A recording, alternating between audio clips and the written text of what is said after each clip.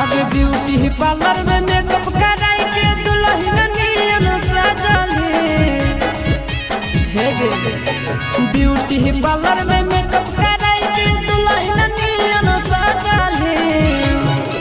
लगाई के fair lovely हमर पगली कहाँ चलली लगाई के फेयर लभली हमर पगली कहाँ चलली थपड़ी अब बजाई हो ढेर दिन मजा मोरली थपड़ी अब बजाई हो ढेर दिन मजा मोरली लगाई के फेयर लभली हम तो भतारा घर चलली लगाई के फेयर लभली हम तो पियावा घर चलली।